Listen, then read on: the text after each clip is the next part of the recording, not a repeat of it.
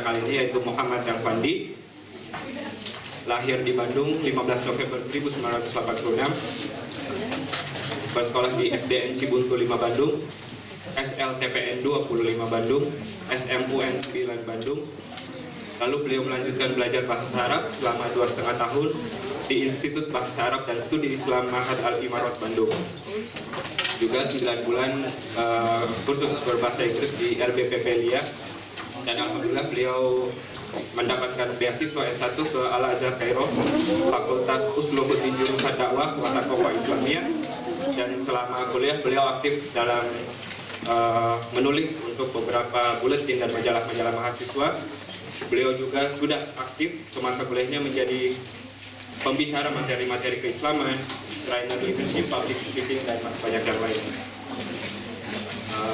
Selanjutnya, lebih wow lagi, beliau sudah menulis 2 novel. Yang pertama novel berjudul Syair Cinta Pejuang Damaskus, itu novel setting Timur Tengah pada zaman Perang Salib pada tahun 2006. Lalu pada tahun 2010 beliau kembali menulis buku yang berjudul Inilah Politikku. Beliau sedang menjalankan masternya di Institut European des Sciences Humanistes di Paris, Prancis. Ya mungkin itu dulu biografi singkat beliau. Kalau agak panjang ya emang itu ciri-ciri orang sukses, biografi singkatnya agak panjang. Langsung saya berikan waktu dan kesempatan kepada Mas. Bismillahirrahmanirrahim. Assalamualaikum warahmatullahi wabarakatuh. Allahumma shalli ala Muhammad wa ala alihi wa sahbihi ajma'in. Alhamdulillah, alhamdulillahilladzi arsala rasulahu bil huda wa dinil haqq liyudhhirahu 'ala dini kullih. Teman-teman yang saya hormati, 7 tahun yang laluan saya seperti ini. 7 tahun yang lalu waktu baru lulus SMA, masih senang-senangnya lari-lari kayak tadi. Walaupun sekarang masih lari-lari juga, jogging. 7 tahun yang lalu saya mengingat masa-masa ketika aktif di mahasiswa di Bandung waktu Institut Bahasa Arab, sama merasakan hal-hal yang sama, merasakan masa muda, obsesi besar, merasakan sekali lagi masih muda alhamdulillah, merasakan mimpi-mimpi yang masih hangat di depan kepala ini ingin dicapai dengan menggebu-gebu, ingin ke Eropa, ingin kemana-mana, dan ingin nikah juga waktu itu. Baik, teman-teman saya hormati, kita akan menggagas sebuah tema tentang mental. Dari kemarin Anda semua sudah mempelajari tentang problem solving dan tentang kehidupan di Eropa, beberapa kendala di sini, lalu bagaimana menyelesaikan kendala itu. Tapi sekarang saya ingin menggagas sebuah persoalan yang lebih mengakar, yaitu persoalan mental dan mindset. Mindset seorang Muslim Indonesia di Eropa, di Jerman, di Berlin atau di Jerman secara khusus. Karena banyak persoalan-persoalan yang kita hadapi sehari-hari. Baik itu persoalan komunikasi harian dengan teman sekelas, dengan dosen, atau dengan teman sekolah asrama, dengan orang bule, dengan orang Jermannya, atau dengan orang luar negeri yang lain, berbeda agama, berbeda budaya, berbeda tradisi. Semua respon-respon kita itu adalah hasil dari mindset kita, dari mental, dari pikiran bawah sadar kita. Hal-hal inilah yang mendrive perilaku kita sehari-hari. Makanya ini yang kita bahas. Suatu hari Khalid bin Walid itu membawa sebuah pasukan Islam. Ini cerita perang menghadapi kerajaan Persia. Anda tahu apa pandangan orang Persia terhadap umat Islam saat itu?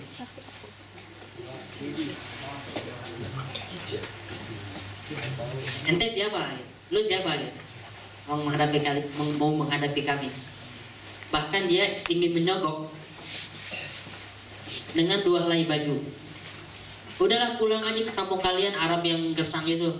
Setiap pasukan saya kasih 2 helai baju, tapi pulang nggak usah nyerang kami, nggak akan mampu kalian. Kata Raja Persia. Seperti itu pandangan orang luar terhadap umat Islam, terhadap kita di zaman itu. Lalu apa yang dikatakan Khalid bin Walid? Beliau mengatakan, "Jitu biqaumin yuhibbunal mauta kama yuhibbunal mauta kama tuhibbunal hayat." Aku ini datang dengan sebuah pasukan yang lebih mencintai kematian sebagaimana kalian mencintai kehidupan. Jadi Anda salah. Saya datang dengan pasukan yang berani mati sebagaimana kalian berani hidup. Jadi Anda boleh berpikir, boleh underestimate terhadap kami, tapi akan kami buktikan. Lihat aksi yang akan berbicara, bukan kata. Karena saat itu wajar kondisi umat Islam lemah berhadapan dengan sebuah entitas yang sangat besar. Hanya ada sebuah kaidah yang ingin saya garis bawahi dan perlu antum ingat, perlu teman-teman ingat. Sebuah ayat Al-Quran yang mengatakan, "Wa tilkal ayyamu nudawiluha bainan nas." Itulah hari-hari yang kami pergilirkan di antara manusia. Wa tilkal ayyamu nudawiluha bainan nas. Itulah hari-hari yang kami pergilirkan di antara bangsa-bangsa. Ada sebuah bangsa itu maju, lalu runtuh. Peradaban itu bangkit, jaya, lalu runtuh. Masyarakat itu memulai dari nol, membangun sampai kejayaannya, lalu runtuh. Seperti itulah hidup manusia, seperti bayi tumbuh besar tua, dewasa tua, renta dan mati. Seperti itu kehidupan bangsa-bangsa. Ada masa-masa ketika umat Islam itu lemah sekali, dipandang rendah oleh umat lain. Bahkan orang-orang Quraisy saat itu, orang-orang Arab di zaman Rasulullah itu, kalau mereka kan dagang ke 2 tempat ya, ke Syam, ke Suriah, sama ke Yaman. Kalau dagang itu dalam surat Al-Quraisy, ila fi Quraisyin ila fi midlatash syita'i was-shaif. Mereka berdagang syita was-shaif, di musim dingin dan di musim panas, ke utara dan ke selatan.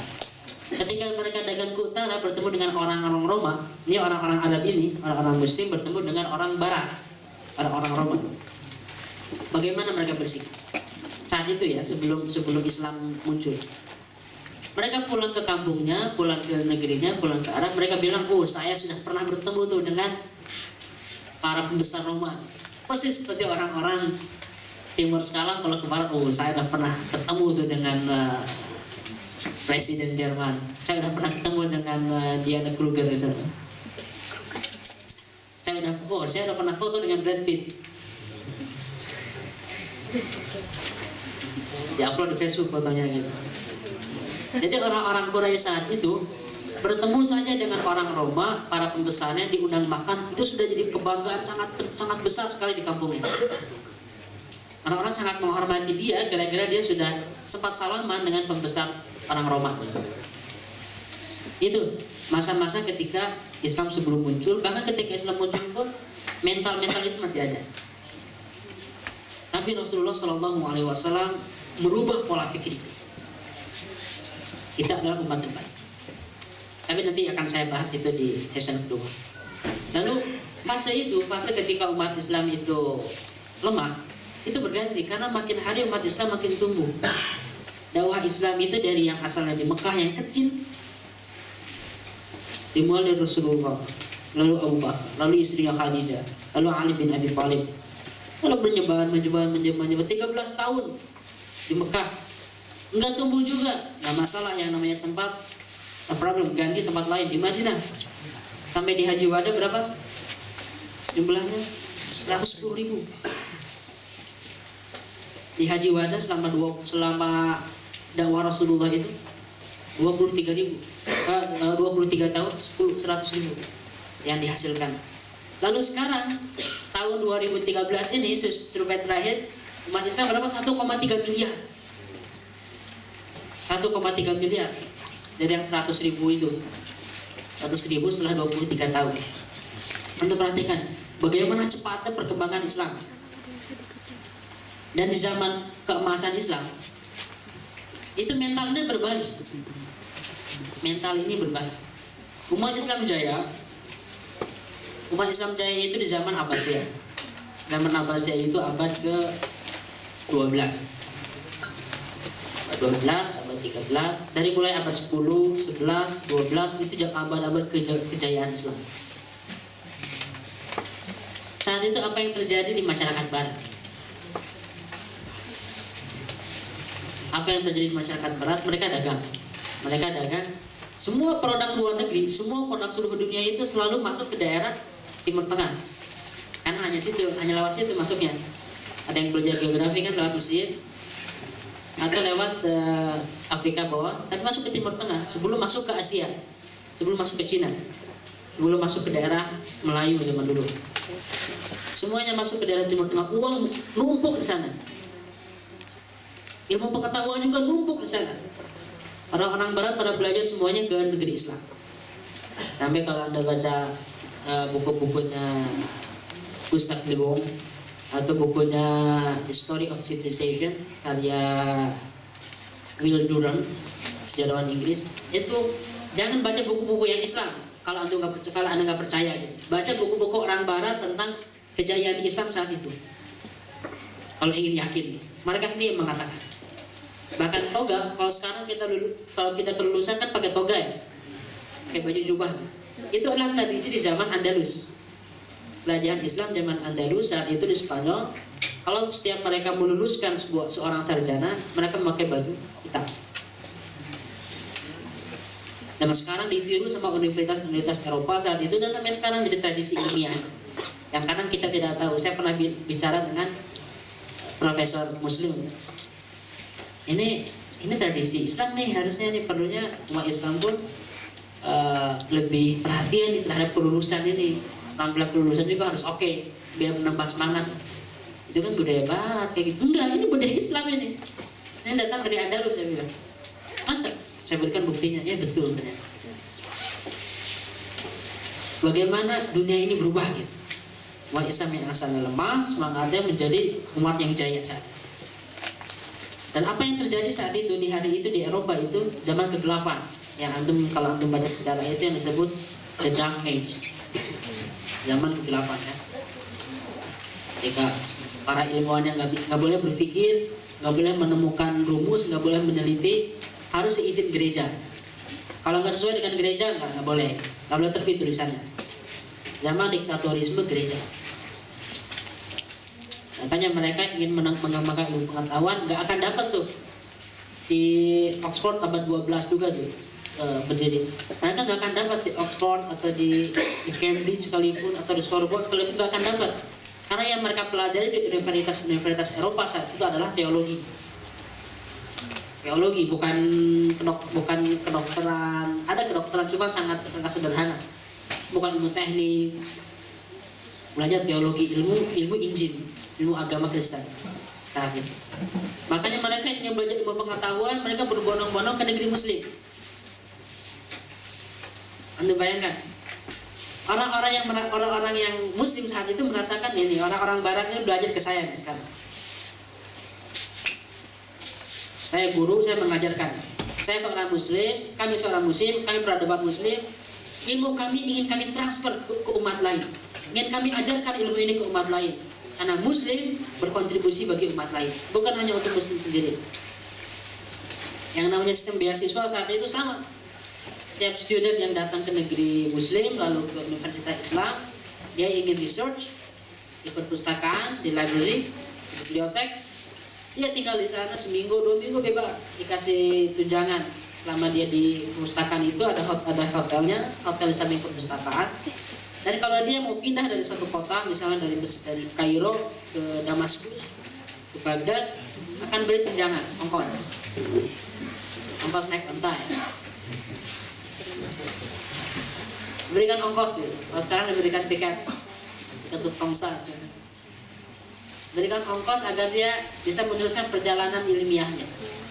Bagi siapapun, Muslim non-Muslim sama, dikasih fasilitas itu. Itu zaman peradaban Islam kuat. Tapi hari-hari itu terus berganti.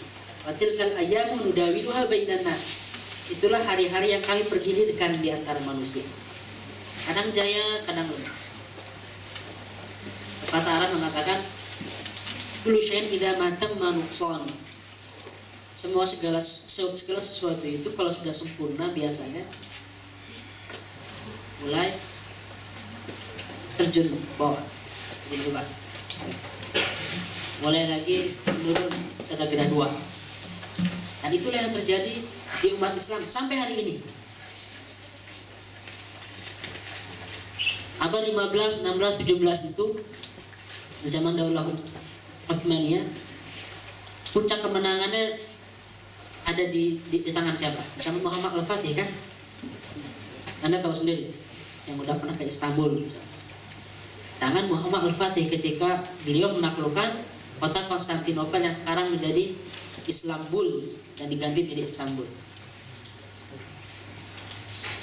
Tapi sejak Muhammad Al-Fatih lalu sampai hari-hari setelahnya, itu ilmu pengetahuan di dunia itu tidak berkembang. Kalau Anda tahu gitu, agar jangan kita terjebak dengan romantisme masa lalu gitu. Dulu kakek kita pernah ini, ya itu betul, dulu kakek Anda, kakek saya, nenek moyang kita jago-jago. Tapi itu berhenti gitu. Agar kita tahu jalannya sejarah, agar kita tahu di mana terputusnya dan kita tahu di mana meneruskannya. Terhenti abad 16 itu. Apa yang terjadi? Orang-orang Eropa, orang-orang Barat yang sudah cerdas itu, orang Amerika belum ada, yang ada hanya orang Eropa. Tidak ada Amerika, cuman belum ditemukan. Yang tinggal di sana hanya bangsa India. Orang-orang Eropa yang sudah belajar dari timur, dari negeri Islam itu pulang ke negeri Barat, ke negerinya, terutama di Spanyol dan terutama di daerah Mediterranean. Daerah Mediterranean itu daerah Italia, Prancis bagian selatan. Karena mereka itu yang lebih banyak berinteraksi dengan negeri Muslim. Bahkan di Sisilia itu, Sisilia Italia itu pernah menjadi kerajaan Islam. Dari situlah ilmu pengetahuan merangsek terus ke tengah Eropa. Sehingga dari zaman itu yang disebut zaman rasionalisme, la Renaissance. Oh itu kembali, Renaissance itu kelahiran. La Renaissance itu zaman kebangkitan kembali itu adalah fase bangsa Eropa mulai bangkit. Bangsa Eropa mulai tumbuh. Dan inilah tragisnya, teman-teman. Tragisnya itu saat umat Islam itu mandek berhenti, bangsa Eropa terus maju, terus bangkit. Kebangkitan itu satu ilmu pengetahuan bangkit. Para ilmuwan saintis yang dulunya dikebiri oleh gereja itu mulai berontak. Saya ingin mengembangkan ilmu pengetahuan, terserah. Mau melarang, mau tidak melarang, kami siap mengorbankan darah. Dan banyak korban-korban para saintis zaman abad ke-8 untuk menuju zaman Renaissance. Korbannya banyak gitu. Itu pengorbanan yang mereka berikan untuk kebangkitan Eropa. Kebangkitan itu terus berlanjut sampai hari ini. Dan itu belum kembali ke umat Islam. Nah sekarang ketika bangsa Eropa sedang bangkit itu, ada hal yang juga tragis kedua adalah penjajahan. Penjajahan kan? Karena ketika kebangkitan ilmu pengetahuan itu sinergis dengan penjajahan. Kebangkitan ilmu pengetahuan juga menghasilkan yang namanya kapal ya, produksi kapal laut yang besar-besaran. Dari kapal laut itu mereka mengeksplorasi dunia. Amerika dijajah. Anda pernah berpikir nggak berapa juta rakyat Indian yang dibunuh? Kalau zaman ini angka juta nggak terlalu wow. Perang dunia 50 juta dalam korbannya. Perang dunia 2 itu totalnya. Tapi nggak terlalu wow. Tapi zaman itu angka juta itu angka yang sangat besar sekali. Berapa banyak yang mereka bantai untuk mengambil kekayaan. Selama 3-4 abad kekayaan seluruh dunia ini dimasukkan ke Eropa. Kekayaan Indonesia, kekayaan Amerika, kekayaan beberapa negara timur masuk semuanya di timur di Eropa. Jadi ketika Anda mulai nanti mencoba-coba untuk menganalisis apa nih sebab-sebab kebangkitan Eropa agar nggak terlalu naif gitu ya, itu nggak hanya hari ini yang dilihat. Anda jangan hanya melihat hari ini gitu. Mereka teknologi punya, pengetahuan punya demokrasi punya, bukan hanya itu. Mereka punya tabungan penjajahan selama 4 abad gitu. Dari abad 17 sampai abad sekarang gitu. Yang mereka timbul yang jauh lebih besar dibanding kerukan Freeport di Irian Jaya.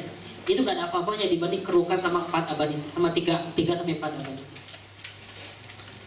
Dan inilah yang kita hadapi sekarang ketika kejayaan, teknologi, semua kemajuan itu ada di dunia barat dan kita yang belajar ke sini. Baliknya. Nah ini, sekarang kita berada dalam kondisi seorang muslim Indonesia datang ke barat ingin belajar gitu. Kita mempunyai goncangan-goncangan jiwa yang wajar.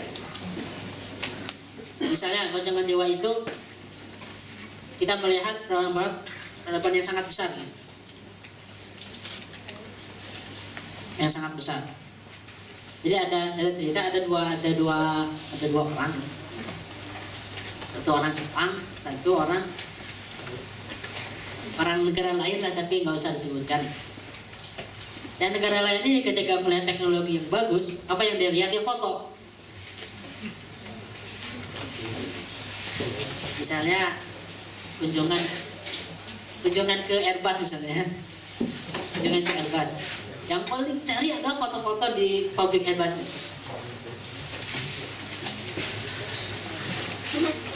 Misalnya melihat Notre Dame de Paris itu, dan Notre Dame luar biasa itu. Itu 1 abad itu, hampir 1 abad dibangunnya itu. Notre Dame itu. Bangunan yang besar, salah satu gereja yang terbaik setelah Vatikan itu. Foto-foto itu kan. Ada orang Jepang ketika lihat teknologi, alatnya apapun gitu, apa yang mereka lakukan? Dia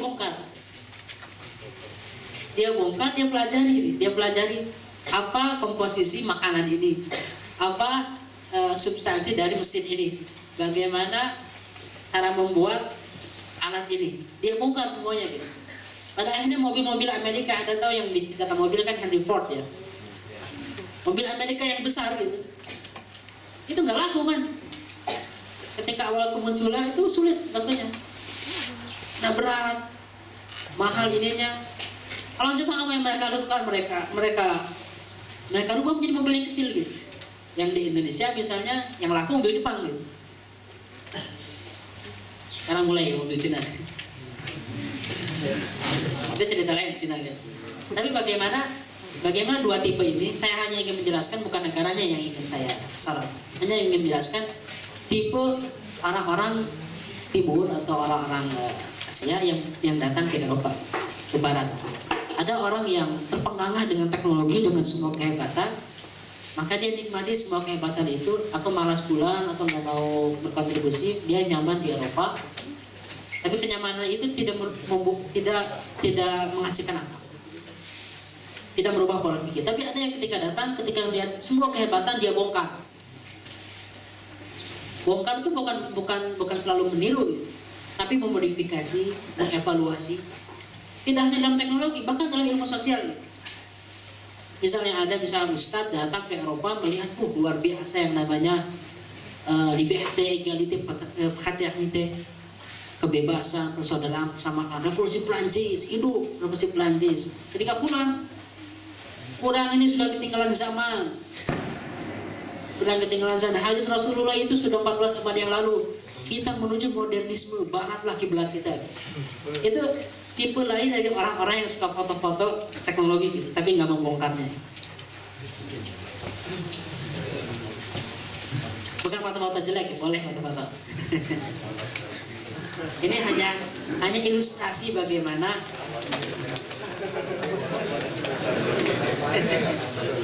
ini udah tegang-tegang semua, apalagi yang pada punya kamera. Aduh, keluarin jangan kameranya.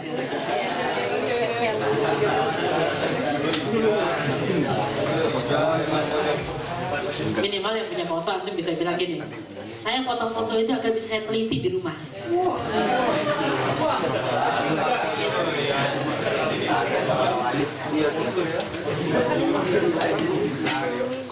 Baik. Dua tipe ini perlu Anda perhatikan, perlu kita perhatikan. Ada orang yang perhatian dengan alam materi, ada yang orang yang perhatian dengan alam ide. Di bidang teknologi ataupun di bidang sosial. Orang yang perhatian dengan alam ide melihat pemikiran, melihat karya ilmiah, melihat metodologi riset yang sangat canggih, dia bongkar. Ini metodologi ini dari mana ininya? Landasan filsafat. Kritisi sampai mendalam gitu. Itu butuh waktu yang sangat panjang. Dan itu butuh energi, kesabaran yang sangat panjang dan tidak mudah. Gitu. Kita umumnya senang hal-hal yang praktis.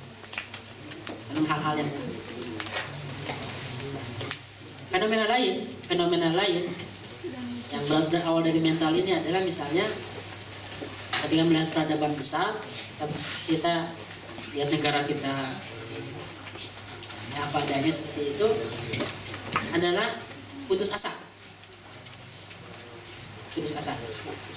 itu, kapan negeri kita kayak gini, nggak bisa lah, nggak mungkin. Putus asa ini responnya bermacam-macam. Satu misalnya dia akhirnya tidak mau berkontribusi sama sekali untuk negara, untuk Indonesia. Udah hopeless, udah desperate, nggak mau pulang, bisa nggak mau pulang itu gara-gara nggak ada pekerjaan atau nggak ada harapan. Bisa nggak mau pulang itu gara-gara ada proyek besar yang ingin saya lakukan di sini untuk kebangkitan Islam, untuk kebangkitan negeri saya. Itu beda, dua hal yang berbeda. Anda lihat misalnya orang-orang Turki yang jadi warga negara di sini, mereka lupa nggak dengan bahasanya? Ada nggak orang Turki yang nggak bisa bahasa Turki? Ada. Berapa persen dibanding semua orang Turki di Eropa? Dibanding misalnya beberapa saudara kita orang Arab misalnya yang kursus bahasa Arab gitu, banyak gitu sekarang. Itu saya ingin menunjukkan satu hal saja teman-teman sekalian, bahwa ketika pilihan Anda ingin tinggal di Eropa, karena dengan sadar, karena ada proyek yang ingin Anda kerjakan, karena ada proyek yang ingin Anda gulirkan, karena ada misi besar yang ingin Anda canangkan untuk kebangkitan Islam, untuk kejayaan Islam, untuk negeri kita sendiri, itu bagus gitu. Tapi ketika Anda diam dulu bertahun-tahun gara-gara putus asa dengan Indonesia, gara-gara tidak ada harapan, itu yang bahaya. Itu salah satu kunci kemajuan sekarang Istanbul dan kota-kota yang lainnya itu salah satu kontribusinya adalah brain drain itu. Orang-orang yang Turki yang di luar negeri yang berkontribusi besar secara finansial dan secara bagi negerinya. Ada lagi fenomena putus asa itu, fenomena mental ini terhadap kondisi negeri yang adalah dengan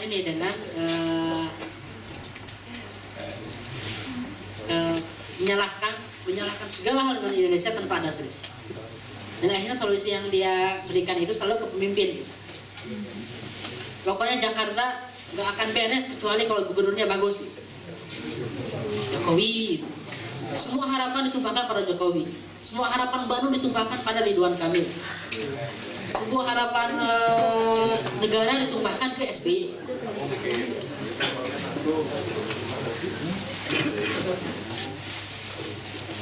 Anda lihat misalnya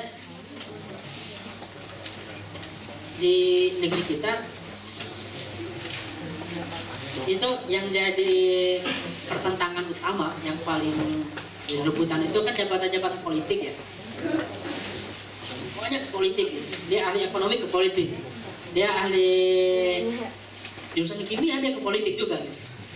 Dia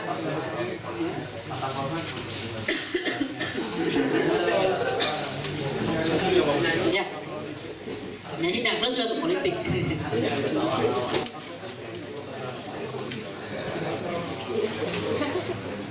Bukan itu yang ingin saya sorot. Yang ingin saya sorot adalah betapa mindset kemajuan itu selalu dikaitkan hanya dengan politik.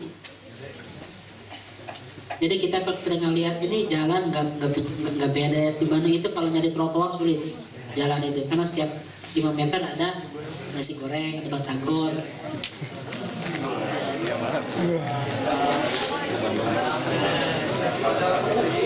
Ini muka-muka rindu semuanya.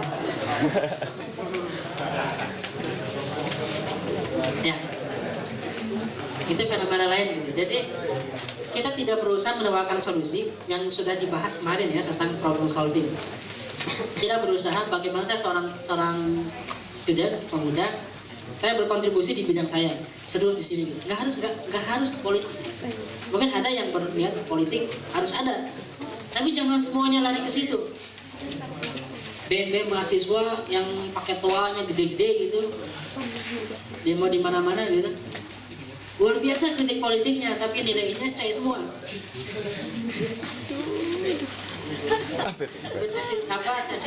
Desanya fitnya nggak beres-beres. Yang keempat, yang terakhir soal tentang fenomena orang Muslim Indonesia khususnya yang paling bahaya ini. Yang paling bahaya adalah hilangnya identitas Islam. Itu yang paling bahaya. Hilangnya identitas Islam. Pernah dikirim satu rombongan para pekerja, di Mesir, ini ceritanya Mesir. Para pekerja dikirim ke Prancis untuk jadi profesional. Tapi para pekerja ini perlu seorang ustadz untuk menjaga iman mereka, agar mereka tidak menjadi westernis, tidak keberat-beratan. Mereka bisa menjaga salat, bisa menjaga ibadah harian, akhlak mereka tidak rusak. Dikirimlah seorang ustadz namanya Rifa'ah At-Tahtawi.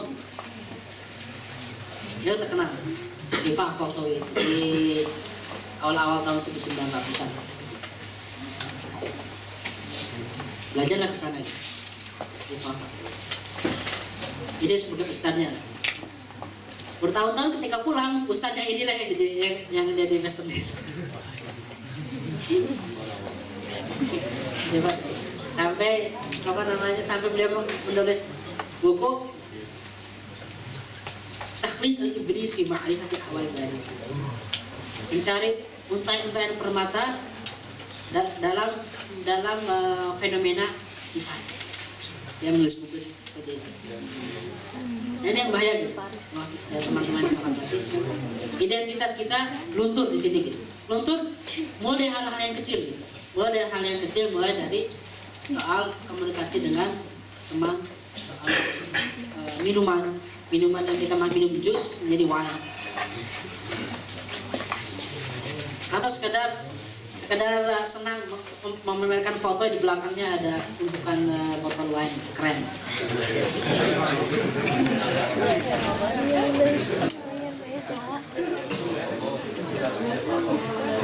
Padahal di internet juga banyak ya, di belakang itu tumpukan botol bensin yang hotel.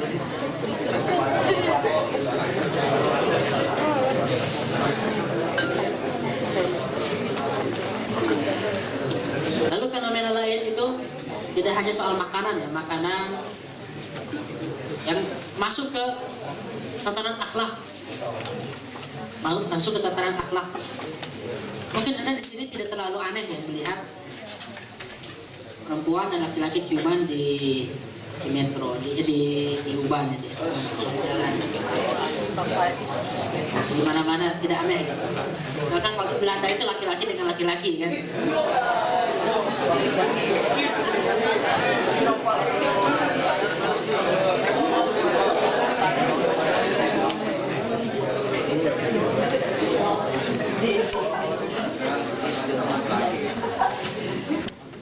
Lalu mungkin kita semua tidak terlalu asing, hati kita tidak terlalu, karena ketika melihat semua advertising, semua iklan parfum, apalagi iklan underwear, panjang semua. Saya masih ingat waktu saya di Mesir itu, kalau ada orang lewat, pakaian yang terbuka sedikit dengan teman-teman langsung astagfirullah. Tapi di sini gitu ketika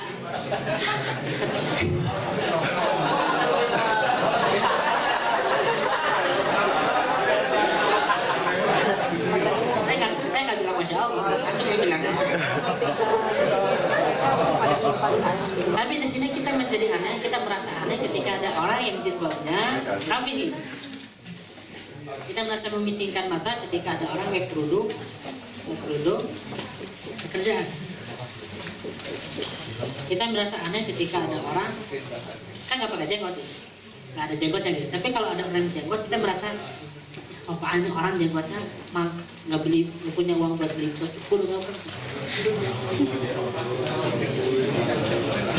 Ini ada orang ini celananya salah jahit apa terlalu tinggi ke atas.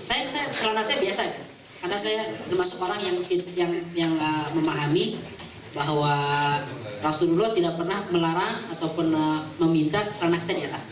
Saya termasuk yang memahami hadis itu seperti itu. Tapi salah besar ketika kita memicingkan mata melihat orang-orang yang seperti itu. Karena itu bagian dari keyakinannya, bagian dari persepsinya akan apa yang dia pahami, perlu dihargai. Nah, hal-hal yang kecil ini sedikit demi sedikit merubah pola pikir kita. Anda perhatikan, dimulai dari tontonan-tontonan dan iklan-iklan yang ketika kita lihat gambar-gambar yang parah itu, kita sudah tidak lagi merasa ada yang salah. Sudah tidak lagi merasa ada yang salah. Padahal waktu SMP, SMA, waktu di Indonesia, melihat seperti itu kita merasa nggak nyaman. Kalau kita berdiri di samping kita ada poster besar perempuan yang seperti itu,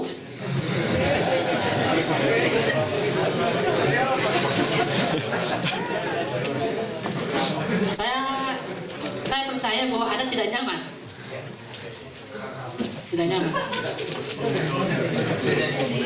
Bisa jadi tidak nyaman karena memang hati nurani Anda berkata demikian, atau tidak nyaman ketika ada ustadz datang, ada ustadz geser, bisa udah pergi geser lagi.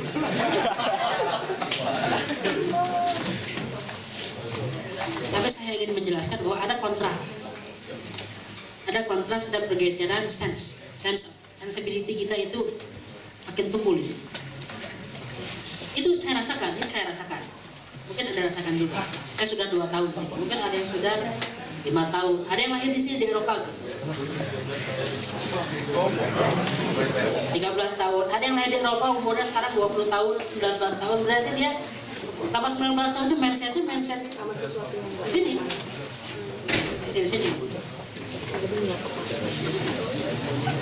Itu dari seks itu.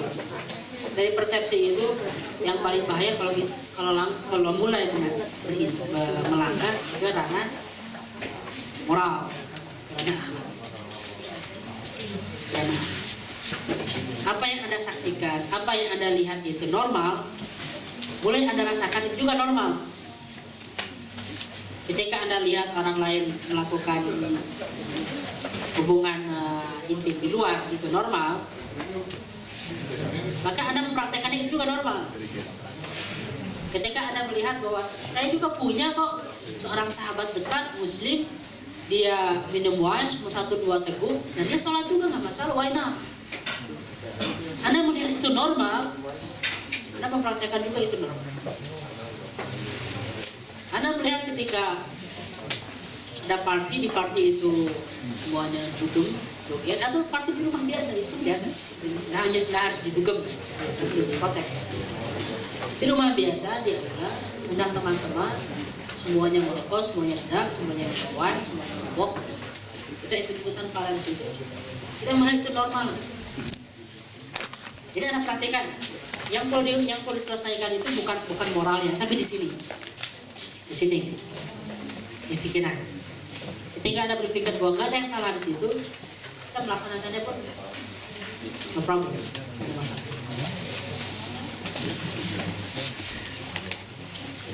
Itu fenomena yang kita hadapi sehari-hari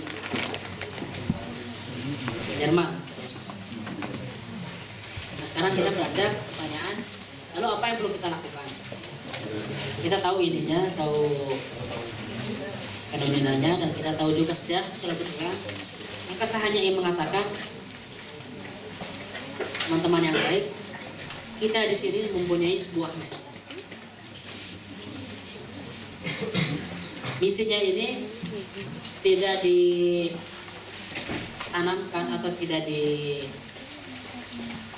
tidak dipesan misi ini oleh pemerintah Indonesia, bukan oleh presiden, bukan oleh Pancasila juga, oleh Allah langsung misi ini.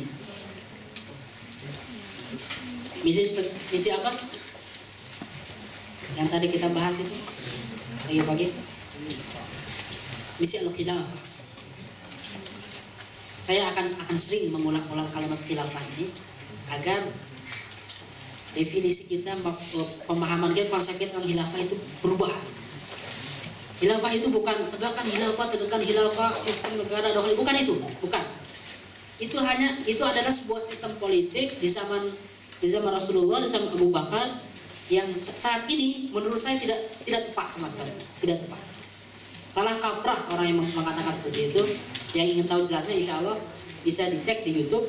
Di bulan kemarin saya ngisi ceramah di Bandit tentang sistem politik Islam, konsep politik Islam, dari mulai sejarah politiknya, prinsip politiknya, dan sistem politik Islam. Tapi kesimpulannya saya mengatakan sistem khilafah itu sistem yang tidak reliable hari ini. Itu bisa dicek di YouTube-nya, di situs referee.com. Kita kembali, khilafah yang dimaksud dalam Al-Quran itu adalah mengelola bumi. Itu definisi singkat, mengelola bumi.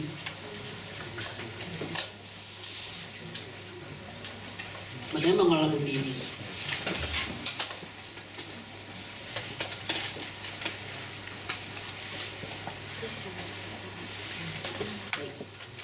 Mengelola bumi ini Rasulullah SAW mengatakan dalam Al-Quran disebutkan, wa ma arsalnaka illa rahmatan lil alamin. Tidaklah kami mengutus kamu kecuali menjadi rahmat bagi seluruh manusia. Rahmat itu cinta, kasih sayang, menebarkan kasih sayang, mendapatkan cinta bagi seluruh dunia, seluruh alam semesta. Ada beberapa kata kunci. Satu, cinta. Yang kedua, seluruh dunia alam semesta. Apalagi kuncinya pengelolaan bumi. Inilah landscape kita. Landscape amal kerja kita adalah seluruh dunia, seluruh bumi. Maka misi kita adalah bagaimana kita memberikan kontribusi di bidang kita masing-masing untuk umat manusia. Itu kesimpulannya. Bagaimana misi kita itu memberi kontribusi bagi umat manusia di bidang kita. Jadi materi-materi tentang bagaimana merubah mental seorang muslim di Indonesia, di Eropa, agar tidak lemah imannya, agar akhlaknya tidak melenceng, agar Islam kita bisa bertahan. Itu materi-materi. Kalau menurut saya materi-materi sudah selesai. Kalau Anda memahami hal ini.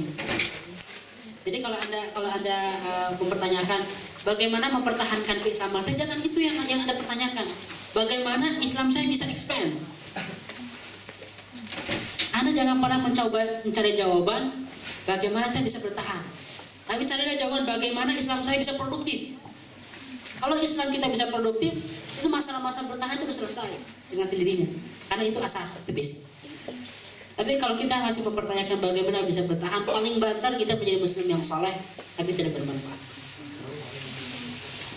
Kalau kita hanya mempertanyakan bagaimana kita bisa menjaga salat dan agar kita tahan, agar bisa nolak tidak dengan wine bagi undangan-undangan. Kalau hanya itu yang kita bahas, yang kita kaji gitu, paling banter kita hanya menjadi muslim yang saleh, taat ibadahnya, juga tidak minum khamar, tidak minum arak, tidak minum wine. Kita juga bisa menjaga dengan lawan dan lawan jenis. Kita bisa juga menjaga pandangan. Hanya itu paling.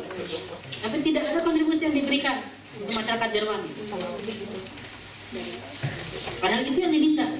Padahal itulah yang diminta oleh Al-Quran, menjadi pengelola bumi itu, menjadi orang yang berkontribusi bagi alam semesta, bagi umat manusia, bagi manusia, bagi alam juga, bagi alam. Jadi gerakan-gerakan Greenpeace, gerakan pencinta lingkungan, gerakan pencinta binatang itu bukan gerakan-gerakan sosial, bukan gerakan keluar saja, itu gerakan Islam.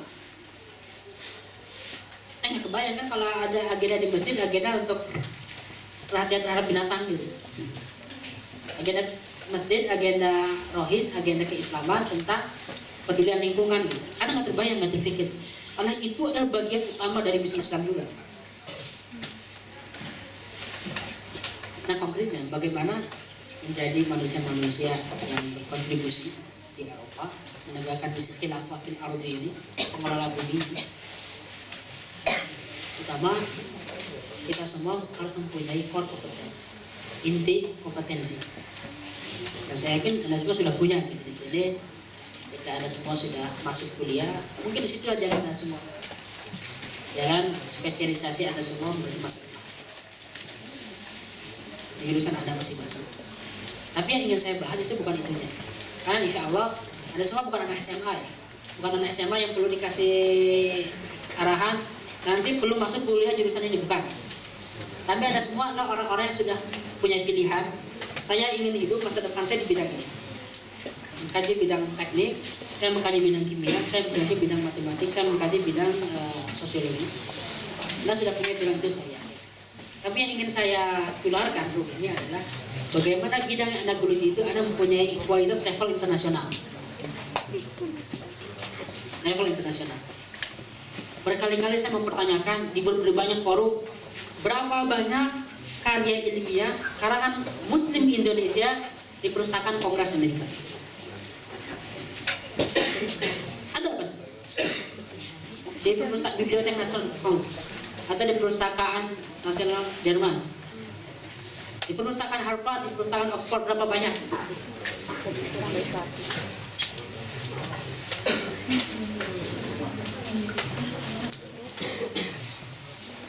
Di lain pihak misalnya negara-negara tetangga kita mempunyai Muhammad Iqbal, penyair, mempunyai Abul A'la Al-Maududi dari India, mempunyai misalnya pemikir lain, pemikir dari negeri Timur Tengah, pemikir dari Pakistan. Mereka berkontribusi juga ada nih karyanya. Kita ingin mempertanyakan di masa depan 10 tahun lagi, 15 tahun lagi, apa kontribusi karya terbesar seorang Muslim Indonesia di Eropa? Karena ini akan ditanya teman-teman semua. Allah Subhanahu Wa Taala akan bertanya, insya Allah di akhirat sana, apa yang anda berikan bagi umat manusia gitu? Pada waktu Anda semua mempunyai kesempatan yang sangat luar biasa untuk mengakses pendidikan terbaik. Berapa banyak yang mempunyai akses untuk kuliah di Jerman dengan beasiswa lagi? Bahkan pertanyaan lebih mendasar, berapa banyak orang yang punya kesempatan untuk kuliah? Nggak banyak untuk kuliah. Kalau misalnya karya terbesar orang yang lulusan Jerman dengan karya terbesar orang yang bahkan tidak kuliah itu sama, kerjanya di pabrik sebagai pegawai biasa, lalu apa bedanya? Saya tidak mengatakan jangan salah paham, sama sekali tidak mengatakan bahwa orang yang kerja di pabrik perusahaan jelek, bukan itu. Tapi saya ingin membedakan dengan detail antara orang yang punya obsesinya itu menjadi pekerja, pegawai, dengan orang yang obsesinya lebih dari itu. Dengan orang yang kerja di perusahaan sebagai pegawai biasa itu gara-gara kapasitasnya memang di situ, dengan orang yang mempunyai kapasitas, fasilitas yang lebih yang diberikan oleh Allah buat kita semua tidak kita gunakan. Ada bedanya. Dan ada bedanya juga dalam pertanggungjawaban. Bukan di dalam memberi beasiswa, bukan di depan guru, bukan di depan orang tua, bukan di depan dosen, bukan di depan donatur, pertanggungjawaban di depan Allah. Kata Allah telah memberikan kesempatan buat Anda semua kuliah di tempat terbaik, di universitas terbaik dengan beasiswa lain. Tapi mana kontribusinya? Mana hasil yang Anda ciptakan untuk umat manusia? Untuk umat manusia aku ciptakan. Nah, itu akan ditanya di akhirat oleh pendidikan. Maka pertanyaan besarnya bagi seorang Muslim Indonesia di Eropa adalah apa yang bisa dikontribusikan seorang Muslim di Indonesia Eropa, student, bagi umat manusia, bagi Jerman secara khusus. Habibie misalnya itu contoh yang paling bagus ya di Indonesia. Untungnya alhamdulillah kita masih punya bukti. Ada contoh orang Indonesia yang bisa bekerja di sini, dihargai,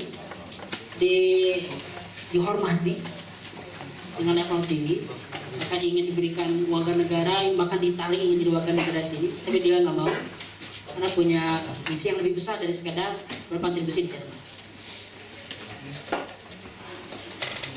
Tapi saya ingin menularkan obsesi itu, bahwa Anda semua Dan sekedar obsesi terbesarnya adalah lulus S1, dia sudah paling banter lulus S3. Setelah S3 menjadi pekerjaan, bukan menjadi penemu. Bisa jadi pekerja, tapi sekaligus jadi penemu ilmu baru. Karena wafillah, teman-teman saya hormati, kaidah peradaban yang tadi dibicarakan di awal itu, watil kal ayyamu nudawiluha bainan nas. Hari-hari yang dipergilirkan di antara manusia itu mempunyai syarat-syarat. Ketika bangsa Eropa sekarang yang kita lihat ini bangkit itu, yang sekarang Cina juga sangat bangkit, itu mempunyai syarat-syarat yang sama. Mempunyai syarat-syarat yang sama. Begitupun Jepang mempunyai syarat yang sama. Misalnya saya kasih contoh, apa yang dikatakan bangsa Muslim ketika mereka jaya. Satu, mereka mengatakan kita adalah umat terbaik. Kita adalah umat terbaik. Ada ayatnya. Kuntum khairu ummat ukhrijat lin-nas ta'muruna bil ma'ruf wa tanhauna 'anil munkar wa tu'minuna billah. Kalian adalah umat terbaik. Lalu yang kedua, yarfa'ullahu alladziina aamanu wa utul 'ilma darajat. Allah meninggikan orang-orang yang berilmu pengetahuan. Ya, orang yang beriman dan berilmu pengetahuan beberapa derajat, tinggi derajatnya ilmu pengetahuan.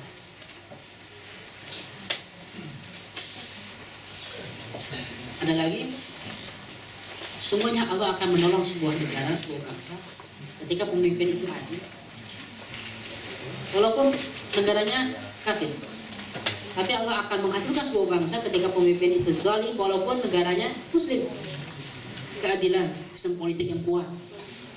Jadi politik yang kuat, yang stabil, lalu juga ilmu pengetahuan, mental yang kuat, begitu pun ekonomi, itu kunci-kunci yang sama bagi kebangkitan bangsa manapun. Jepang ketika mereka di puncak kejayaannya sampai bablasan jadi penjajah, apa yang mereka katakan? Kita adalah bangsa matahari, keturunan dewa matahari, bangsa terbaik. Kita perlu menguasai dunia ini, misalnya dunia itu. Ilmu pengetahuannya nggak perlu dijelaskan, antum tahu sendiri. Ekonominya saat itu sebelum sekarang mulai digilas oleh Cina, semua produk yang ada di Eropa lalu ada di Jepang dengan kualitas yang lebih baik. Maka sampai sekarang itu turis yang paling dihormati di Perancis misalnya itu Jepang, punya culture center di sebelah Eiffel langsung, karena kontribusi mereka buat pembangunan bangsa Prancis terlalu banyak. Jerman ketika mereka bangkit menuju kejayaan Jerman sampai kebablasan juga. Soal kebablasan ini tema lain ya. Tapi ini soal mereka menuju kebangkitannya itu apa yang mereka katakan? Kita adalah bangsa dengan ras terbaik. Apa bahasa Jermannya?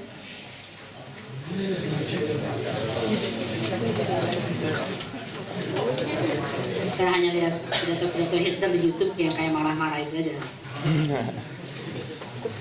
Tapi kita adalah Arya, bangsa terbaik. Ya, bangsa mempunyai versi sendiri. Mempunyai versi sendiri bagaimana meninggikan mentalisme anak-anak negerinya. Umat Islam punya ayat Quran. Kuntum khairu ummat, Anda umat terbaik karena Anda beriman kepada Allah. Jerman, Anda adalah umat terbaik karena Anda adalah ras Arya. Rasis memang. Tapi walaupun rasis, mereka mempunyai konsep bagaimana mereka meningkatkan mentalitas warga negaranya. Lalu mereka mengatakan kita akan membangun sebuah the third Reich, ya kan, the third Reich. Apa itu? Kayak pemerintahan atau generasi atau kejayaan ketiga. Apa? Detroit, ya itu. Kerajaan ketiga. Ini pakar Jermannya keluar langsung. Itu adalah mimpi besar yang digelorakan Hitler bagi rakyat Jerman. Nah, itu. Mimpi besar. Jadi kaidah kebangkitan agar sebuah bangsa itu bangkit selalu sama. Jepang, Jerman, ataupun di Inggris saat itu. Tinggal sekarang ketika peradaban masih di barat, karena kita ingin mengembalikan kapan gilirannya negeri kita, kapan gilirannya Indonesia, the sleeping tiger ini, macan yang sedang tidur ini, mulai bangun, mulai menguap, mulai bangun, mulai meregangkan otot-ototnya dan mulai mengaum, bukan mengeong.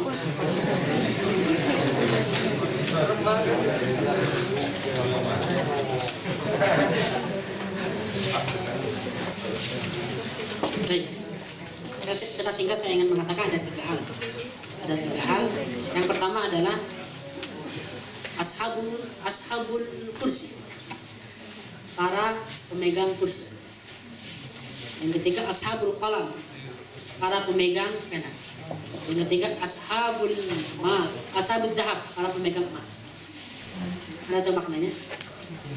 Kekuatan politik, kekuatan ilmu pengetahuan, dan kekuatan ekonomi.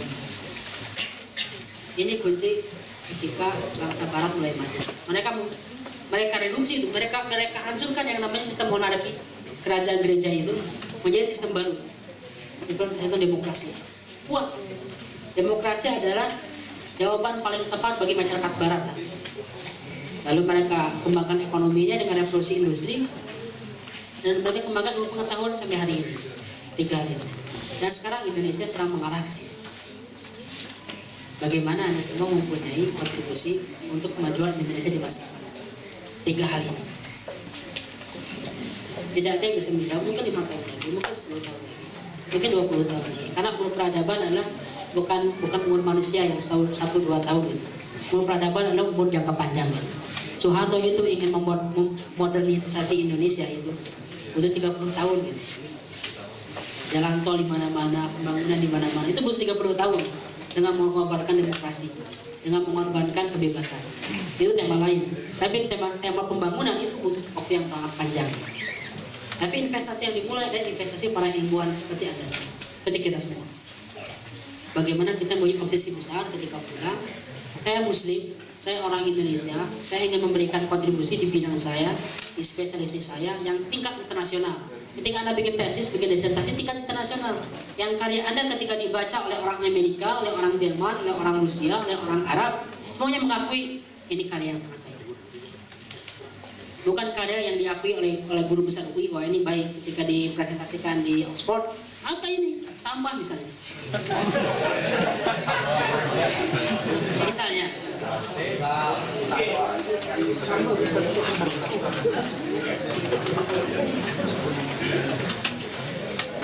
Itulah, itu misi kita, itu obsesi kita.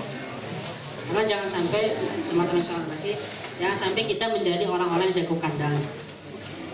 Apa orang-orang jago kandang itu? Orang jago kandang itu adalah orang-orang yang memboyong semua detail-detail besar.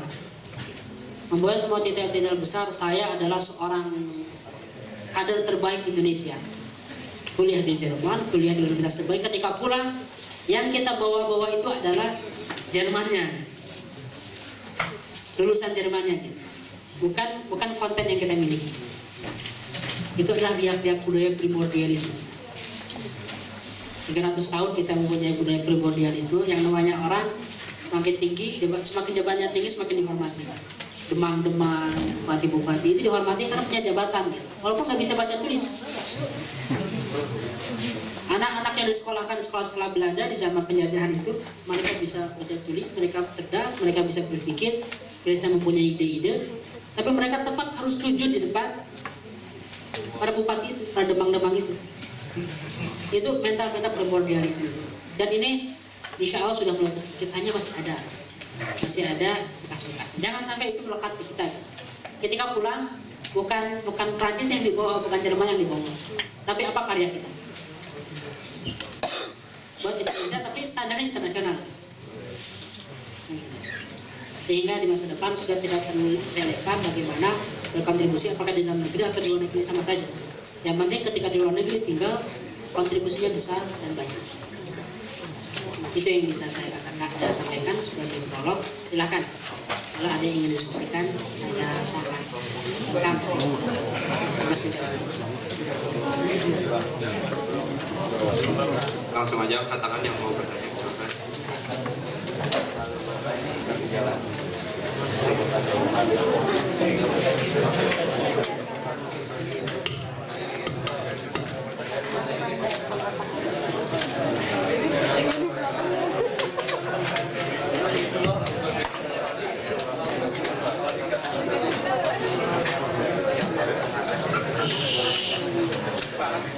Assalamualaikum warahmatullahi wabarakatuh. Videonya di ya, makasih. Silakan aja. Nama saya Daliata dari Hamburg. Mau nanya, jadi kan bahas soal harus tetap optimis untuk membangun bangsa dan lain sebagainya. Batas antara optimis sama realistis itu di mana nih?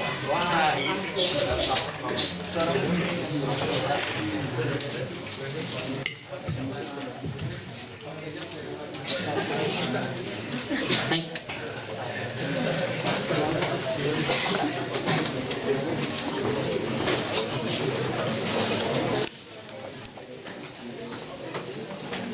Sebetulnya optimisme dan realistis itu tidak bertabrakan. Yang bertabrakan itu adalah optimisme dan khayalan.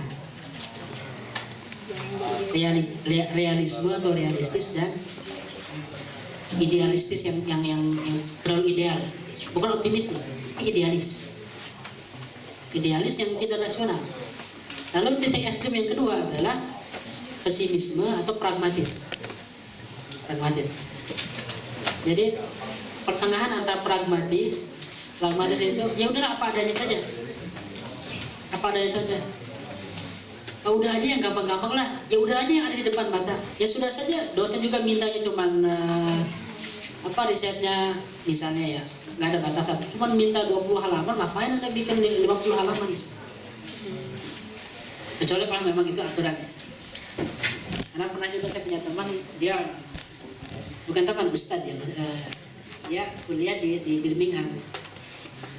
Gurunya ini, dosen pembimbingnya ini mungkin tidak terlalu kompeten ya, karena pendidikan sebelumnya nggak terlalu bagus. Dia nulis tesis banyak, tebal gitu. Setelah itu pembimbingnya ini pecat, pulangkan negeri ke negerinya, ke Mesir negerinya. Lalu diganti oleh pembimbingnya Inggris. Dan saya bilang, ini apa ini? Sampah semua dicoret-coret, 200 halaman tinggal 50 halaman. Itu kisah tentang ketidaksesuaian. Jadi antara pragmatis itu apa adanya, yang ada di depan mata saja, nggak usah ada perubahan, atau pesimisme, tidak ada harapan, dengan idealis yang penting harus seperti ini. Harus seperti ini. Indonesia itu harusnya ada metro, ada S-Bahn, ada U-Bahn, lalu juga ada tulis office di mana-mana gitu. Lalu juga ada fasilitas untuk pejalan kaki, untuk sepedanya disediakan. Jangan kan sepeda trotoar aja nggak ada.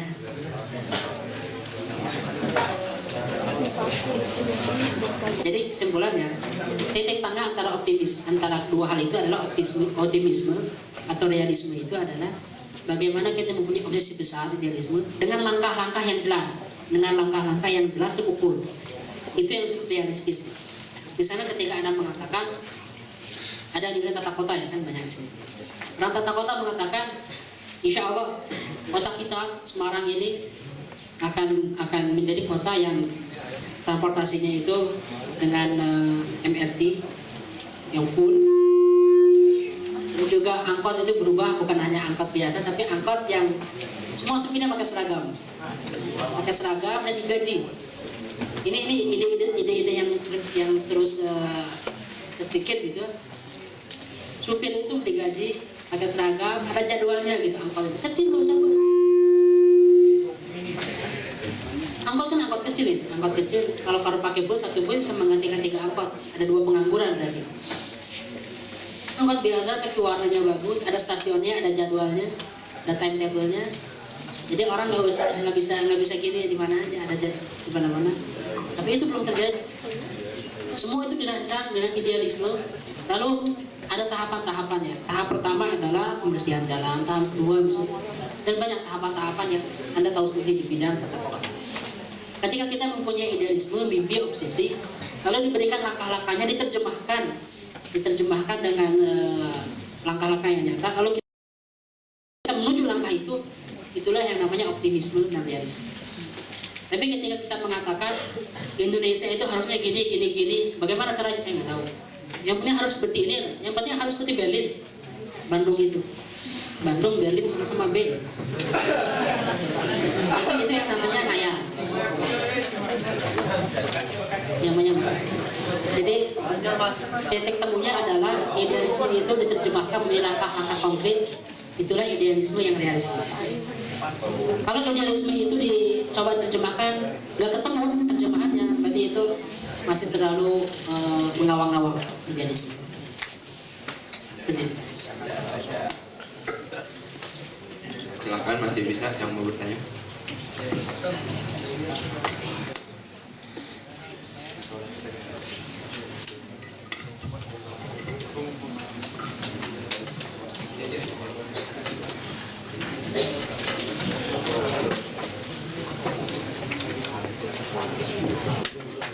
Assalamualaikum warahmatullahi wabarakatuh. Nama saya Nurul dari Nuremberg. Saya ada pertanyaan, mohon informasinya. Bagaimana menurut Islam dalam menempatkan perempuan, sosok kaum perempuan dalam tiga aspek tadi, ilmu pengetahuan, ekonomi, dan politik, tanpa meninggalkan kodrat perempuan sebagai seorang istri, seorang anak, ataupun kodratnya sebagai perempuan. Karena di zaman sekarang, ketika seseorang perempuan mempunyai kedudukan dalam politik, mempunyai ekonomi yang mandiri secara finansial, dan dia berpendidikan tinggi, ya biasanya di situ suka ada aspek yang dikorbankan dari segi keluarga. Terima kasih. Assalamualaikum.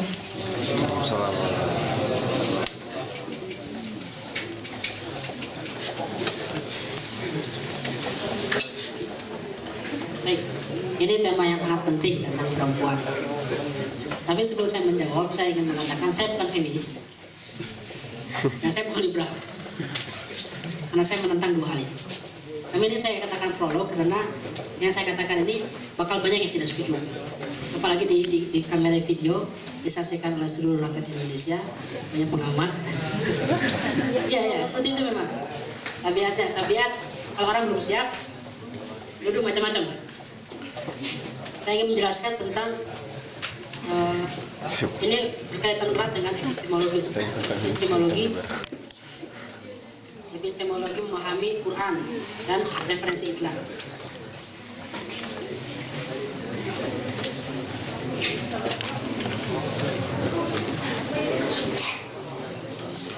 Ini referensi Islam, Quran dan Sunnah.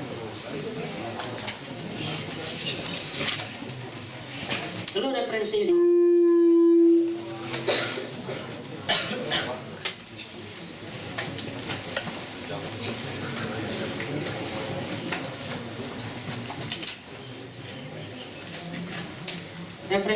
mempunyai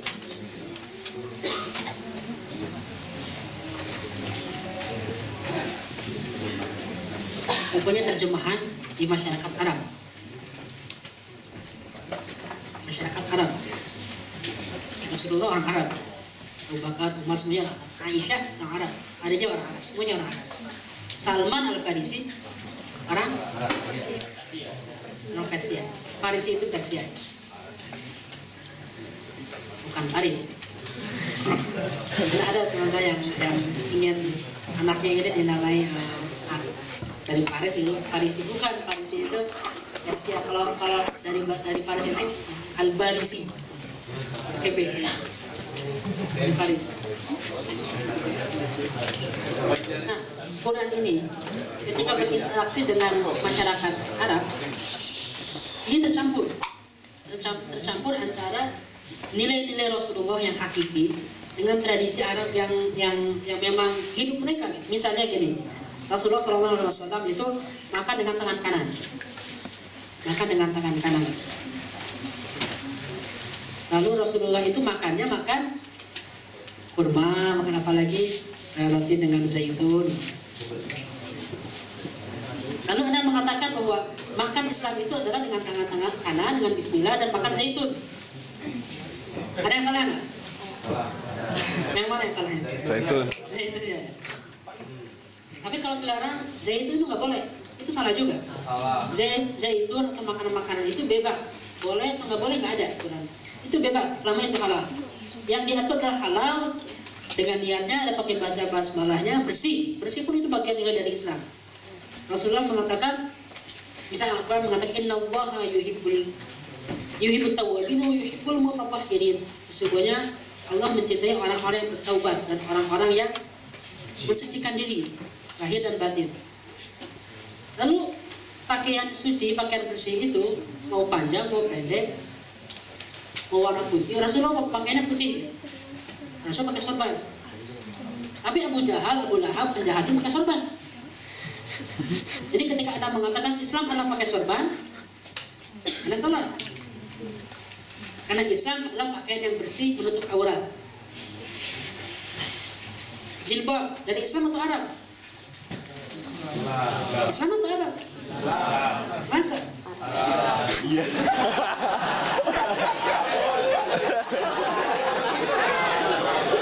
Asal berubah.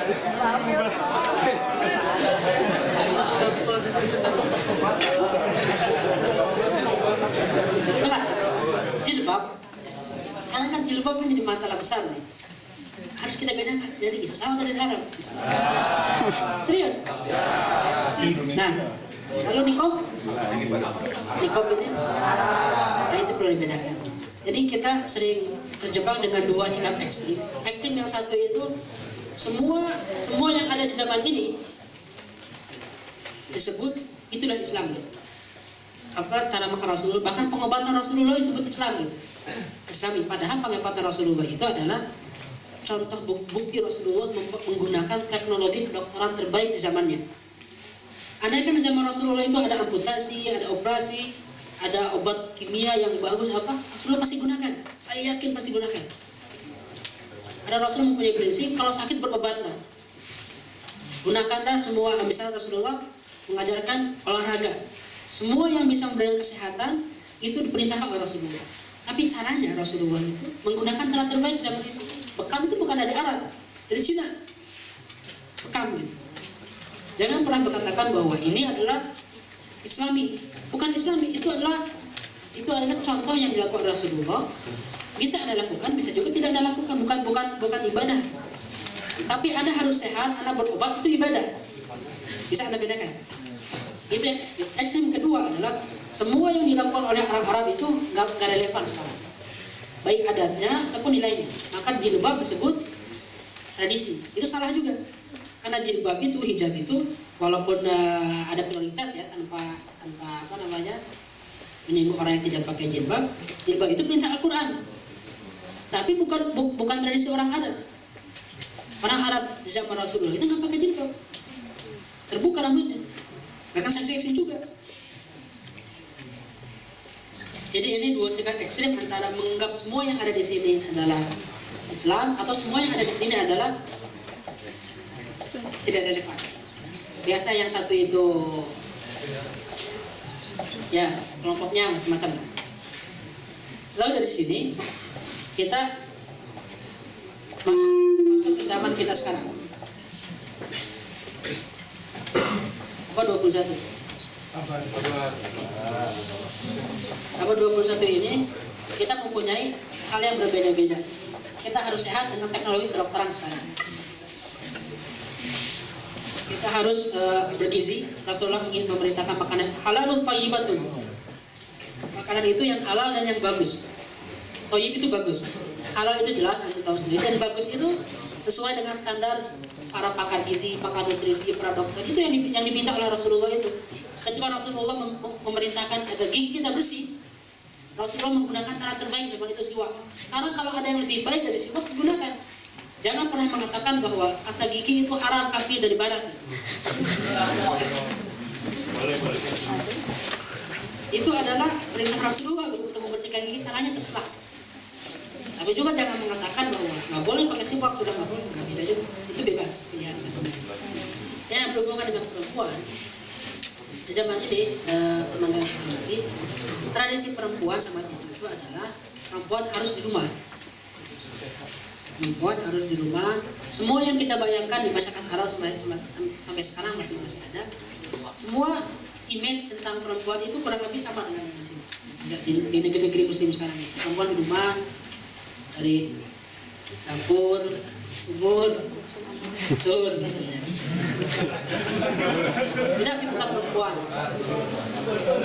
Satu kalimat yang sering saya dengar itu, perempuan keluar 2 kali, keluar dari rumah orang tuanya ke rumah suaminya, dan dari rumah suaminya ke liang kubur. Mungkin Anda tidak terlalu tahu hal-hal ini, karena tapi para penggiat, para orientalis itu giat sekali mengkaji hal ini. Giat sekali mengkaji hal ini, yang ini menjadi salah satu titik terlemah pemikiran Islam. Ketika ditanya, Mbak yang tanya itu pertanyaannya masih biasa, sopan. Orang-orang yang lain lebih parah pertanyaannya. Islam ini merendahkan perempuan, ini buktinya. Ini buktinya sahabat gini. Ini buktinya tokoh Islam di zaman ini gini sikapnya. Ini buktinya Syekh Imam ini melakukan hal ini. Ini buktinya seorang mufti umur 80 tahun menikahi umur 18 tahun di Iran misalnya. Semua bukti, semua contoh dipresentasikan di depan mata kita yang kita bingung bagaimana menjawabnya. Lalu mereka mengatakan, ini ada dalam tradisi jalan para sahabat. Bagaimana kita menjawabnya? Bingung. Ini masalah tentang perempuan dalam Islam. Nah, ini salah satu sebabnya yang saya kaji itu tidak bisa dipilah-pilah karena sulit sekali, sangat lengkap untuk memilah-pilah antara mana perintah Rasulullah dan mana tradisi Arab. Bahkan mana perilaku Rasulullah yang merupakan tradisi dan mana yang betul-betul nilai-nilai yang diperintahkan. Itu sulit dipisahkannya karena semuanya terkumpul dalam sebuah hadis. Jadi ketika misalnya ada hadis sahih Bukhari, sahih Muslim mengatakan bla bla bla bla tentang perempuan, hadisnya sahih, Rasulullah melakukan hal itu. Tapi bisa jadi itu memang konteks zamannya seperti itu. Nah ini memang berat sekali memilah-milah. Soal yang tadi soal perempuan bagaimana posisinya di zaman Arab itu perempuan di rumah, zaman Rasulullah, bahkan setelahnya pun sampai ya kurang lebih sampai abad sekarang di masyarakat Arab di rumah, lalu juga yang keluar untuk ilmu itu laki-laki. Makanya Anda lihat, walaupun saya sering mendengar bantahan argumen saya ini, Islam tidak mengekang perempuan. Ya memang secara prinsip, secara nilai, tapi secara fakta dari zaman ini sampai sekarang, Anda lihat bandingkan karya laki-laki dan perempuan. Hadis Bukhari, Muslim, Nasai, Ibnu Majah, Tirmidzi, Abu Dawud, Imam Syafi'i, Imam Hambali, semuanya laki-laki. Mana perempuannya? Ada Aisyah, satu dibanding berapa? Ada yang aneh nggak? Ada yang aneh ya? Tapi nggak aneh, karena itu memang tradisinya. Kita nggak bisa menyalahkan tradisi orang lain. Tidak boleh, itu setiap orang, setiap bangsa, setiap entitas, setiap masyarakat mempunyai tradisi yang perlu dihormati, yang bagi mereka nggak salah. Saya kasih contoh dulu ya sebelum masuk lagi. Tradisi di masyarakat di Turki misalnya, ngomong dengan suara tinggi itu biasa kan? Misalnya kenapa pulang telat? Misalnya. Kalau kita ini udah, kenapa marah-marah? Curhat ya? Ini malah curhat.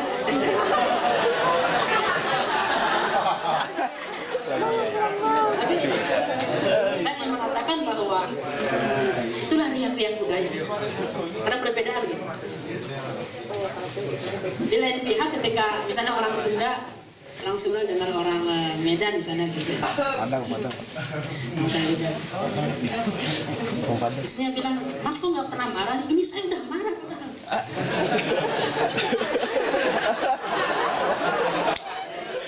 Iya banget sih, iya banget. Jadi standar itu terlalu relatif. Standar bahwa baik buruk secara umum tradisi itu relatif gitu. Bagi mereka itu nggak ada salah gitu. Anda mungkin di Indonesia yang bebas, apalagi Indonesia sekarang relatif lebih bebas, tidak merasa masalah. Apa perempuan di dalam di luar.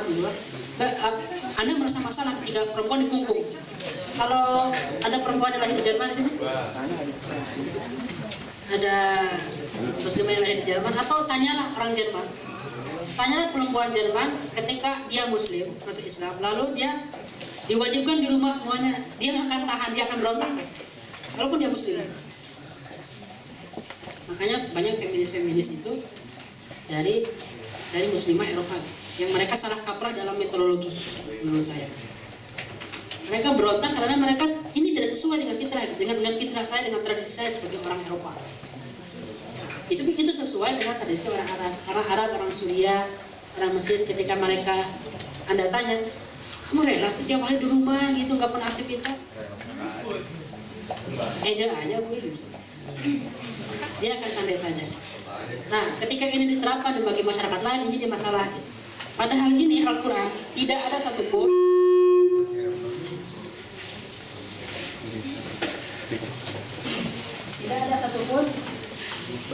ayat-ayat dalil hadis yang benar-benar bermakna melarang perempuan untuk ilmu pengetahuan di luar. Nggak ada sama sekali.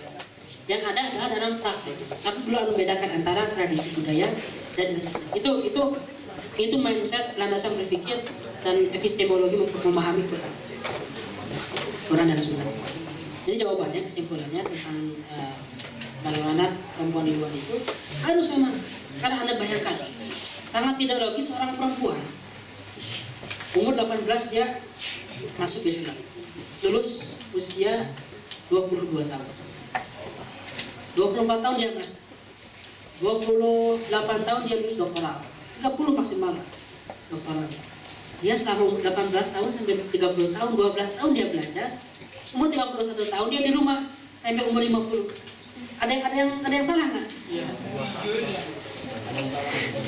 Dan itu adalah salah satu kesia-siaan terbesar umat Islam, terutama di negara-negara yang tradisi ininya masih kuat. Indonesia mempunyai bekas-bekas dari situ ada, tapi nggak terlalu kuat. Makanya saya sangat menganjurkan bagi perempuan yang memang dari awal, apalagi sebelum menikah sudah dikomunikasikan, saya punya obsesi, saya punya idealisme, saya punya masa depan, ini yang ingin saya kontribusikan bagi umat manusia, bukan hanya buat apa,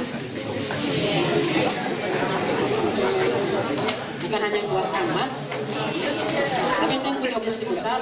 Maka inilah saya, kalau ingin menerima apa adanya, nikahi saya, kalau tidak, pilihlah perempuan lain.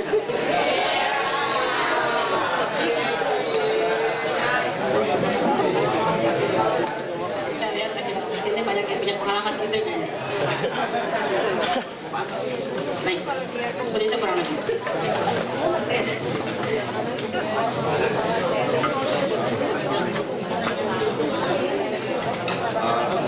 Terima kasih kepada Mas Elfandi. Untuk yang masih mau bertanya silahkan ke elfandi.com, di sana ada kontak person Mas Elfandi ada semua. Ya, jadi kesempatan tidak datang 3 kali, jadi yang menunggu tanya terima kasih.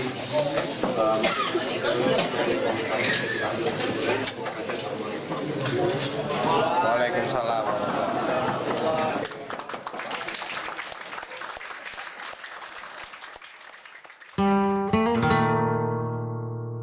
Thank you.